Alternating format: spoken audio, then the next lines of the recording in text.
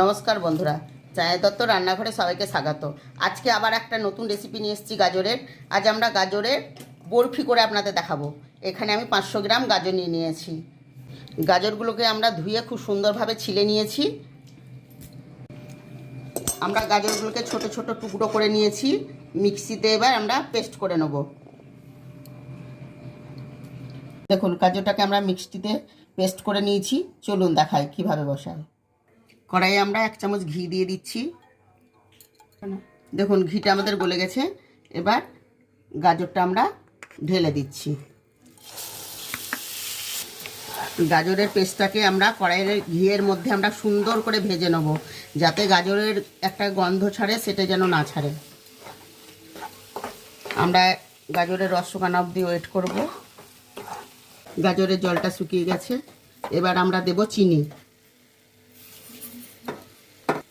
100 গ্রামের মতো আমরা চিনি দিলাম। 25 গ্রামের মতো আমরা শুকনো দুধ দিয়ে দিচ্ছি।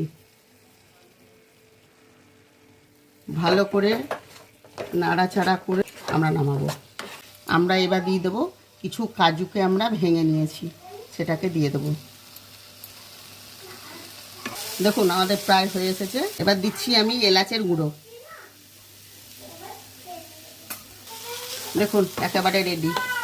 আমাদের একদম কড়াই থেকে ছেড়ে দিয়েছে। এবার আমরা ঢেলে নেব। এটাই আমরা বরফি ঢালবো। একটু ঘি মাখিয়ে দিচ্ছি। এবার আমরা এই থালাটাই ঢেলে নিলাম। এবার এইভাবে মিলে দেব। এইভাবে সুন্দর করে আমরা মিলে দেব। একটু ঠান্ডা হওয়া অবধি মিলে দেওয়ার পরে আমরা অপেক্ষা করব। আমাদের বরফি একেবারে রেডি।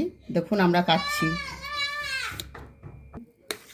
এই যে এইভাবে আমরা বরফি কেটে নিচ্ছি।